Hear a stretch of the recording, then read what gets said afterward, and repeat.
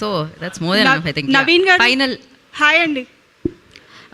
అమ్మాయి అక్కడ అక్కడ అక్కడ. హాయ్ అండి. హాయ్ నవీన్ గారు, చెప్పండి. అయితే మీరు రైటింగ్స్ లో కూడా ఇన్వాల్వ్ అయి ఉన్నారు కాబట్టి చారులత క్యారెక్టర్ రాసేటప్పుడు ఆన్ టైం అక్కడ ఏదైనా రాసుకునేది రియల్ లైఫ్లో చారులత ఎవరైనా ఉన్నారా, అట్లాంటివి ఏవైనా రాసుకున్న సీన్స్ ఏవైనా ఉన్నాయా మీకు? డెఫినెట్గా ఈ చారులత క్యారెక్టర్ అనేది రాసేటప్పుడు చాలా చాలా ఎంజాయ్ చేసాం మేము. ఎందుకంటే చాలా చాలా ఫన్నీ క్యారెక్టర్. మీనాక్షి మీరు తను చూసిన సినిమాల్లో అంతవరకు ఎక్స్ప్లోర్ చేసిన కామెడీ యాంగిల్ నాకు ఎక్కడ కనపడలేదు.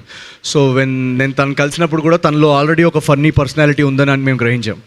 సో తన పర్సనాలిటీ ప్రకారము తన ఎనర్జీ లెవెల్స్ ప్రకారం కొన్ని మోడిఫికేషన్స్ చేశాము. బట్ చారులత అనే క్యారెక్టర్ ఆల్రెడీ సినిమాలో నేను ఇందాక చెప్పినట్టు అన్ని characters funny characters. So Charulata అనేది కూడా చాలా మీరు ట్రైలర్లో కూడా చూస్తే తను కూడా ఒక చాలా కామెడీ టైమింగ్ కామెడీ యాంగిల్ ఉన్న క్యారెక్టర్.